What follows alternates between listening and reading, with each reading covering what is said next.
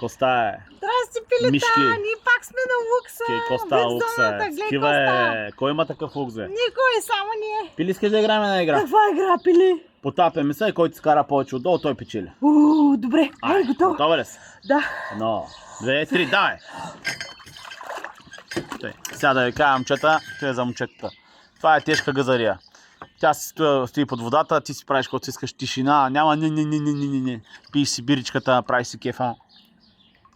Радвайте им се. Това са вашите 30-40 секунди. Това е най-доброто време, което може да използвате. Сега ще излезе, ама само ще кажа, че спечелила. И тя ще се кефи. Ето. Браво, бе, Пили! Мале, ти спечели, бе. Колко секунди? 35 секунди. Аре, бе. Да. За първ път печеля. Как, бе? Много яко. Страшна игра. На здраве, банда.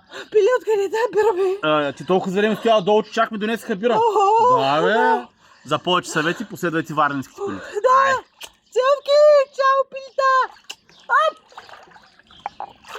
Варненските пилита.